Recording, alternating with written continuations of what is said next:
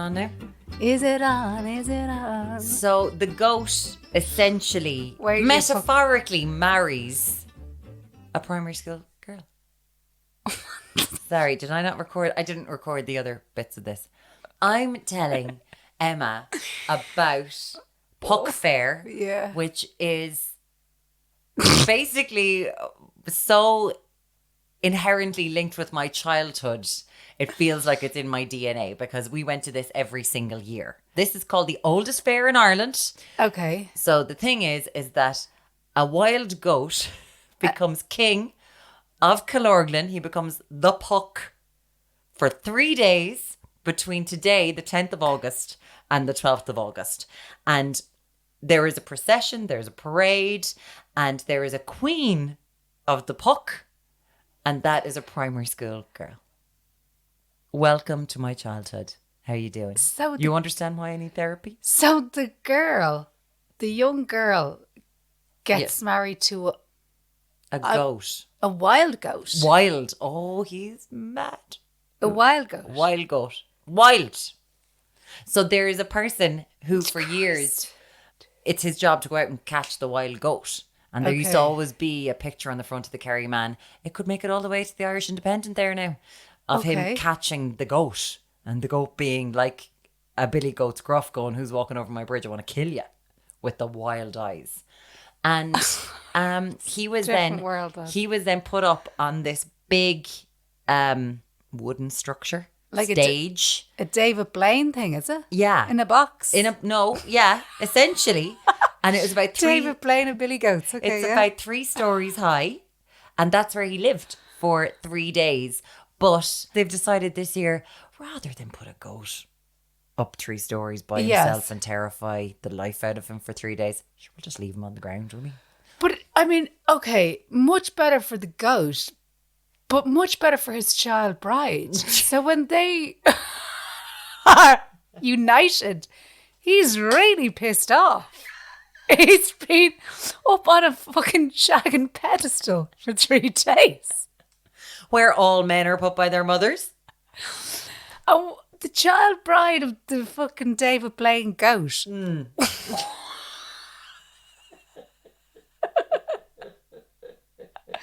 How is she chosen?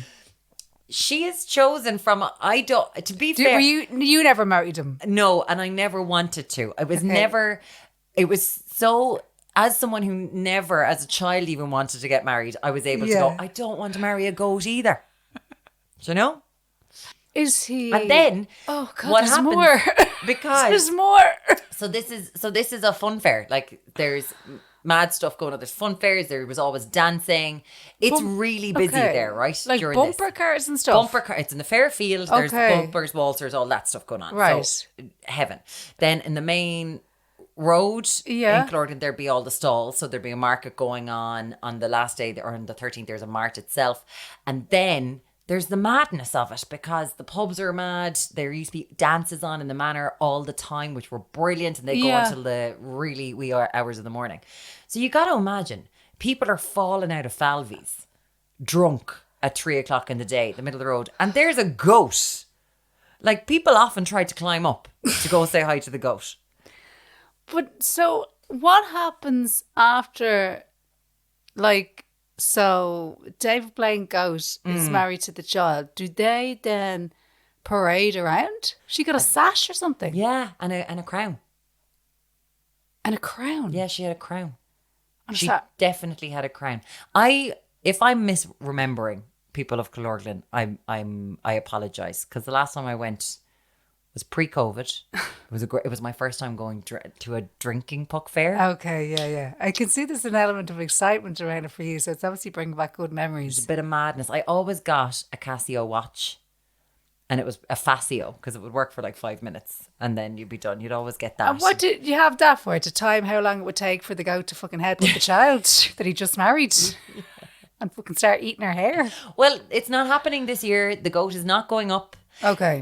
This is where Michael Fassbender got his big break. Was it at Puck Fair that Michael Fassbender? He was the goat. This is fucking getting very confusing. He's one of the best actors of our time. He played the goat in a movie. He could play the goat if he wanted to. This is how talented this man is. But he was in a heavy metal band, and he's from down the road. And he was in a heavy metal band. Yeah. And he once went to play at Puck Fair, and he went up to Falvey's, which is a great pub in Killorglin. Yeah. And also you need to go to the Kingdom if you ever go to Killorglin, best restaurant ever. And he was like, lads, can we plug in? Here, myself and my mate were in a band. And they went, okay. And then he just played out in the street with his band. I'm pretty sure it was Puck Fair. Okay, so Michael Fassbender plays the goat, hovering. Yeah.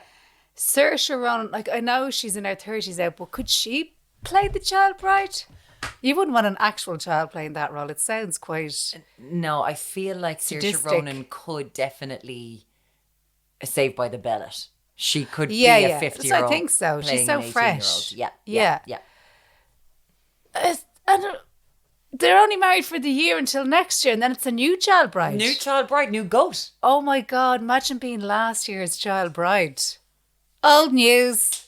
Also, if anyone's listening who's ever been the queen of the pop, we would love to hear from you. So that's happening. That's happening now. It's starting 10th. Today. Okay. 10th until the 12th in Killorglin.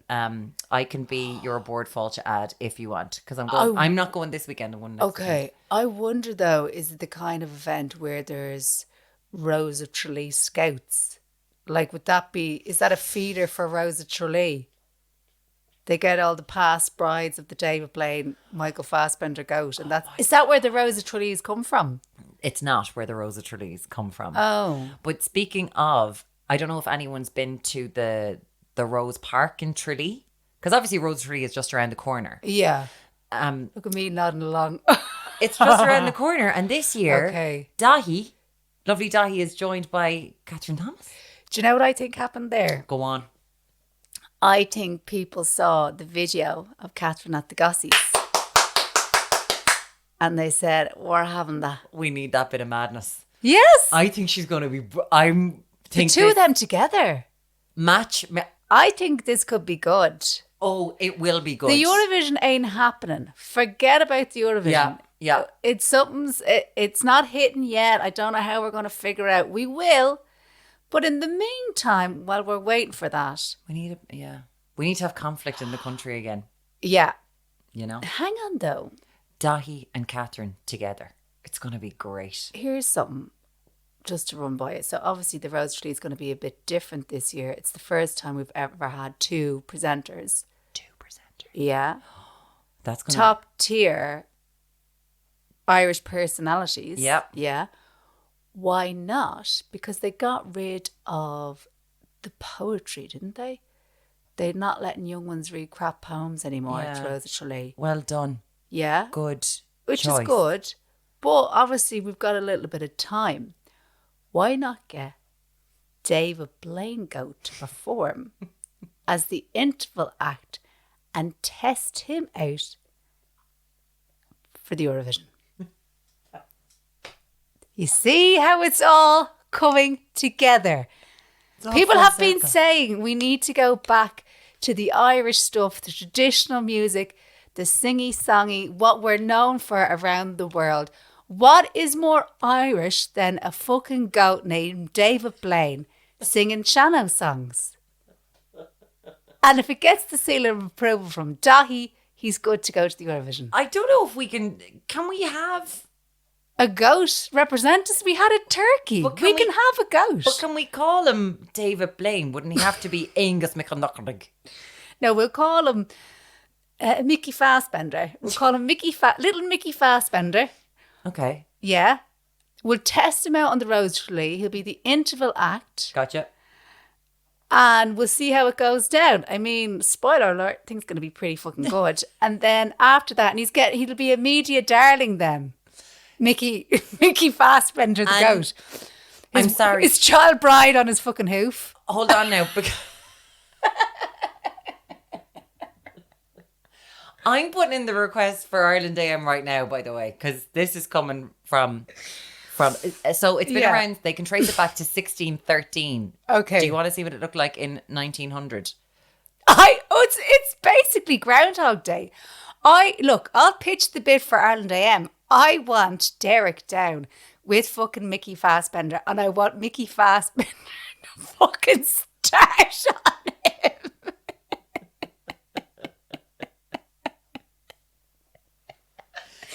Viral! We've got a viral clip, lads. Have a good weekend. Bye. If you don't think that I have petitioned to have Derek down there with the goat this year, and not only that, because the goat is staying on the ground, if you don't think I've petitioned to have Derek up, hoisted up into where the goat has been traditionally for the past 400 and something years. But this isn't just a segment one day. The following week, this could be I was going to say Friday, but you're not there on Friday. This could be a whole thing. The following week, Tommy could be out playing rugby with Mickey Fassbender. Then, after we will give it a bit of time, we'll do the Rose Chili, and then Alan is going to write a fucking musical. And we'll be there on opening night. And you'll have tan on. Sue will have sorted you out with the tan once and for all. She'll say, come here to me, you. God, have you been the same colour as the goat? I assume the goat, because you got your chin there as well. Is the goat white? No, sorry, no that. But is it a white goat? The goat is a wild goat. There are many goats come in all different colours. There is no discrimination. You see, I just thought of a white goat because there used to be a goat that was in a field around the corner from me in Rathfarnham, I'll have you know. Thank you very much. All comes back. What was his name? Mickey Fassbender? No, I want to say Gizmo, but that sounds too... No. Gizmo, Mismo, something like that. And everyone in Rathfarnham will know that he was in the field beside Buglers behind the old petrol station. There wasn't a goat in that Swear field. to God there was a goat. Okay. There was a goat. But he kept... Did he keep... somebody get in touch. I don't know what happened to him anyway. Something happened when he was gone. I think we all know what happened to him. What time of year was it? We did have goats and we had chickens up the top of my road as well. What, are you trying to have some affinity with the people of Kerry? Is this what's happening here now? I'm just saying, you think we're in the big smoke and we don't know about these things. I've eyeballed a goat. I've eyeballed chickens. We used to feed the chickens. Again, her mother's from Mullingar. It's like she thinks...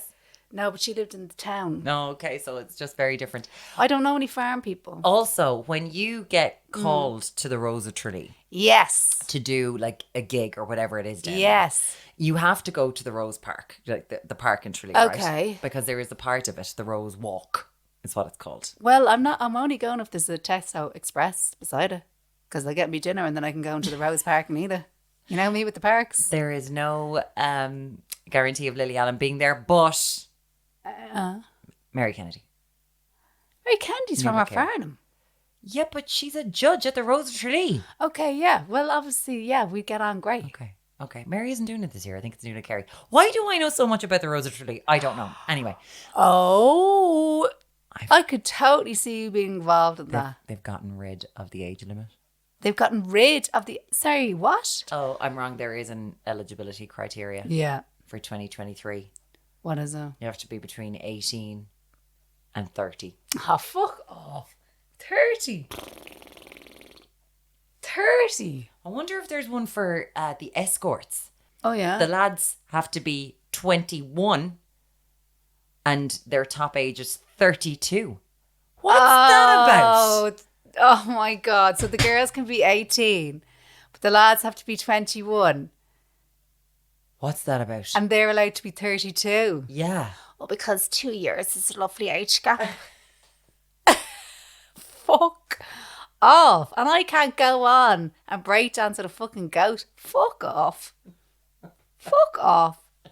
That's ridiculous, isn't it? By the way, no one has said you can't go on and break dance. I have, because I'm too old. So, at the Rose... I'm shuffling. Imagine Mickey Fassbender fucking on the hooves. So there is a thing called the Rose Walk in the park there. And you walk in... Go on. You walk in, and I was like, what's going on here? So I was there anyway, and I was like, what's going on? And there's all this plastic perspex up with names written on and where they're from. Oh, do tell. So every single Rose of Tralee that's taken part, it's not just the winner, is up on this, in this semicircle, on this perspex, like they've all died in war. I was just going to say, did you think you were wondering what type of terrorist attack had happened in the fucking park? I was like, hold on. Are they Coffin telling us? ships, Are what? they telling us that when you apply to be Rosa Tralee, you're then murdered afterwards? Like you have to be bombed or something? Maybe. All the names. That's a lot of names. They're written real small. Okay. They're going to keep on going. Yeah, because you ever see when they kind of, I've seen it before and things when they cart out somebody who was like, who entered the Rose of Tralee in like 1982. And so you were in the Rose of Tralee in 1982. Tell us about that. It's like, yeah, it was good. Enjoyed myself. That's what the options for women in this country were. Be born, marry a goat, enter the Rose of Tralee, and enter the Calicanis Housewife of the Year competition. Don't forget a Magdalene Laundry. Oh, yeah. They missed me! Ha ha, fuckers! Ha ha. Get no free labour off me. Go fuck yourselves. You evil, evil fuckers. Hello and welcome to... And another thing. My name is Muireann O'Connell. I'm Emma Jordan. And this is the podcast where we contribute to, but not add value in any way, to the conversation. Not a bit. We've spoken so much about Mickey Fassbender. I thought we were done. Over. I was like, I thought we were finished. I thought you were just going to say, that's enough of that anyway. I mean, how can we top that? So many good ideas just thrown out into the universe for anyone who wants them. You've just TikToked it. No one's had, no, sorry. I'm quite confident in saying no one has come up with stuff that we've come up with right there. That's new.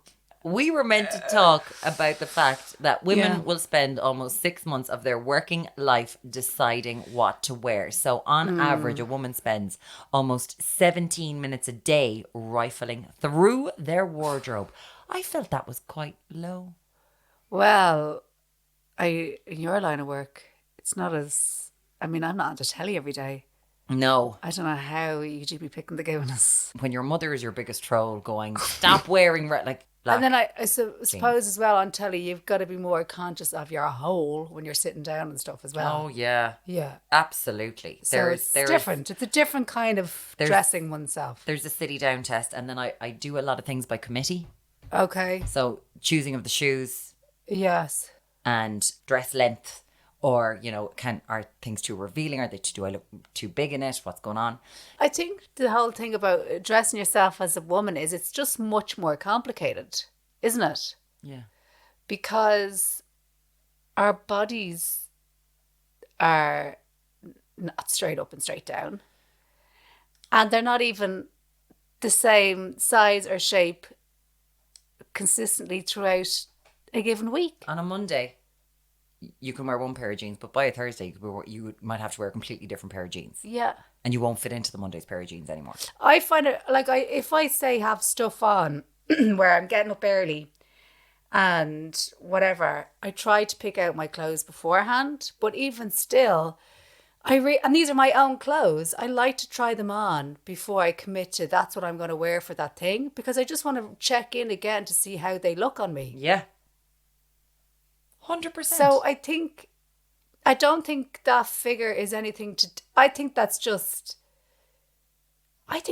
day-to-day stuff. I don't think that's people even trying to I think it's just the whole eternal issue of wearing clothing as a woman. That's just going to work. Yeah. I must have been in about third year when I realised, oh my God, uniforms are amazing. Without having to think about anything. Yeah. Because I just realised this takes a lot of time. I don't know why at one stage, you know. Yeah. And you start to like boys and it takes even longer and all that kind of stuff. And I was like, uniforms are amazing. They're just time savers. Snappy. And you know those women that have sort of a uniform? Yes. For work. And they're like, I will always wear, like, these are the 7 pairs of work trousers that I have. Yes. The 7 tops and the 7 blazers. Yeah. And I will just mix and match these. And that will do me for an entire year. Oh, 100%. Beautiful. Yeah. Time saver. Because I even know if I look at my own wardrobe, and I'm not one of those people, like, my weight wouldn't really fluctuate that much. But, like, I have all different sizes in my own wardrobe and stuff that all fits me. But because, depending on the manufacturer or the style of something or whatever, it's all different sizes. Which is that's why I don't shop online. It is just so mean. And you know, there's certain shops that you're like, I was sure that I was that size. And you try something on and there's not a hope it's going around you. And you just feel like you want to sit down and cry. And you're like, how did this happen? Yeah. Why, how have you been able to do this to me? Oh, jeans. I mean, jeans are so complicated to buy. Yeah. There's so many styles. There's so many fits. I nearly got out my measuring tape today because I saw a TikTok video of how you could probably properly find out what shape body you had. She was saying that basically you can look in your mirror and figure it out. And like, obviously I would always say that I'm more pear-shaped because I'm small on top and I've got around your bum. But she said what you really need to be doing is you need to be like, there's an equation of basically measuring your shoulders to your waist to your hips divided by something. I don't know. Do you need to be a murder victim in the 1940s in America? Is that it? So we can do the tape around you? Yeah, I think so. That seems that as to what you're kind of describing. But even like if I'm going to the filming things and they have wardrobe. Oh, I know. And they say, what size are you? You'll always go on the bigger size just in case because you don't want to be in that situation. Oh, yeah. What was the length of time it takes women? 17 minutes a day. 17 minutes a day. 6 months during their working life. And is that 17 minutes? Yeah. Well, there's the existential crisis where you're sitting in your towel in front of your wardrobe. But it can depend what mood you're in, though. Yeah, of course it does. You know what I mean? If something has changed in your body, you're like, I know I'm going to have to go and get something for this. But that's why when you sit there looking, and I've seen your wardrobe. You got a big wardrobe, so do I. Yeah. And you know the days when you sit down, you're like, I've got nothing to wear. You want to punch yourself in your own face because you're like, clearly you have a lot of things to wear. I know. But you don't want to wear anything in your wardrobe. Again, how capitalism works makes you want more. I totally get that. It's so hard not to buy new clothes. Mm. I have a few vintagey places that I buy from, but I've gotten a few bits like reworked, retailored. Oh, that's good. And vintage bits that I've bought, I've gotten retailored. And it's actually cheap. Well, cheaper than I would have thought anyway. I'll put it to you that way. 20 quid or something like that. But there's a lot to be said. Sometimes we're just getting something off a fucking rack and having it fit you. A friend of mine does that all the time. If she has something, she'll change it. And yes. It's like she's got something new. Yeah, I have a couple of dresses I want to do that too. But do you have the vision of what you want to do? Yeah. Do you? Well, I have a midi dress from years ago. And I just don't feel like they suit me. I think it's because of my height or something. I think either to the floor or above the knee. Yeah. So I'm like, I'm going to get that, take it up, and I'm going to change the neckline on it and stuff. Just haven't brought it into them yet, but I will get it done. Because I've hung on to it. I'm like, well, I've obviously hung on to it for a reason. Oh my God. Emma Doran's going to tell me now she's got a fashion wheel at home. And that's what she's doing. She's there. Got the fashion wheel for Christmas 1988 and I've been designing dresses on it since. Oh, here. Give me a bit of time and I'll start ripping my own clothes apart and restitching them. Really? Yeah, I love a bit of that. Didn't know you were able to do any of that. Oh, I'm not, but I'll still do it. But now I've learned to just bring it to a professional and tell them what I want. We've got to discuss what we're going to be wearing on stage when we do our live show. Yes. Which is sold out. It's sold. It's gone. I assume we're in a tiny room with 4 people. It's in a small room, but Great. It's done. But we will be in London in October. More details to follow, guys. Yeah, you blasted this at me on a night out. And I was like, what are you talking about? I don't know what we talked about, but something about Mickey Fassbender, was it? Dunno. Listen, hope you are well. We're going to London at some stage. We'll tell you more about that when the London Irish Centre. I'm very excited because I love that place. It has been a pleasure being here. I'm sorry this was not a fever dream. We genuinely just did that as a podcast. Poke Fair. Is that what it's called? Well done. If you two want us to talk about your local cultural event or book us for the Puck Fair next year, let us know. We'll do a live podcast once we finish the shopping centres. We'll do the Puck Fair. All you got to do is get on to Emma and she'll be there. Yeah. Get on to I have been Muireann O'Connell. I've been Emma Doran. And this was And Another Thing, part of the Acast Network.